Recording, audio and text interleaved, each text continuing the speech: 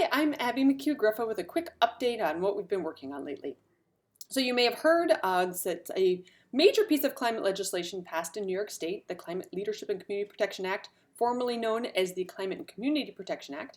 It was watered down a little from its initial version, so although it is the most ambitious piece of climate legislation in the nation, it's still really not bold enough. But I think we have great reason to be satisfied at this point and feel pretty good because, within 1 week's time frame, the governor went from saying that passing climate legislation wasn't a priority to it being passed. And I think that was really due to all the phone calls that people all over the state, including many in Rochester, made. And we thank you very much if you were one of those people who got on the phone. So, coming up, we expect there will be a hearing for the rate case in our region. They don't always do them in, the local area. Most of this process happens in Albany, but we are advocating for a hearing in the Rochester area. We don't have a date on that yet, but stay tuned because that'll be an important opportunity to weigh in on this critical process in terms of determining where energy investment dollars go. So keep an eye out for that.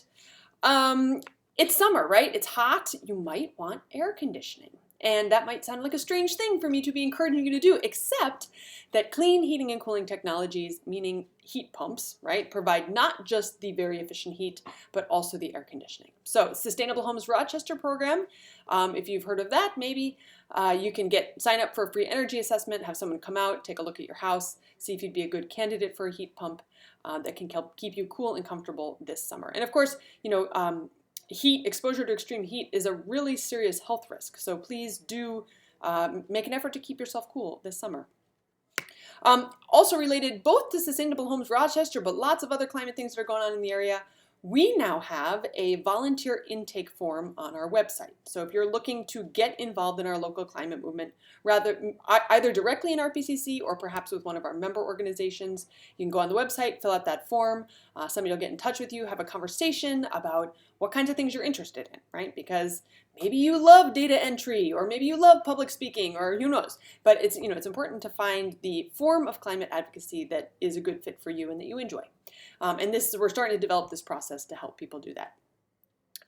Big thank you to all the donors who have stepped up and contributed to RPCC over this past year.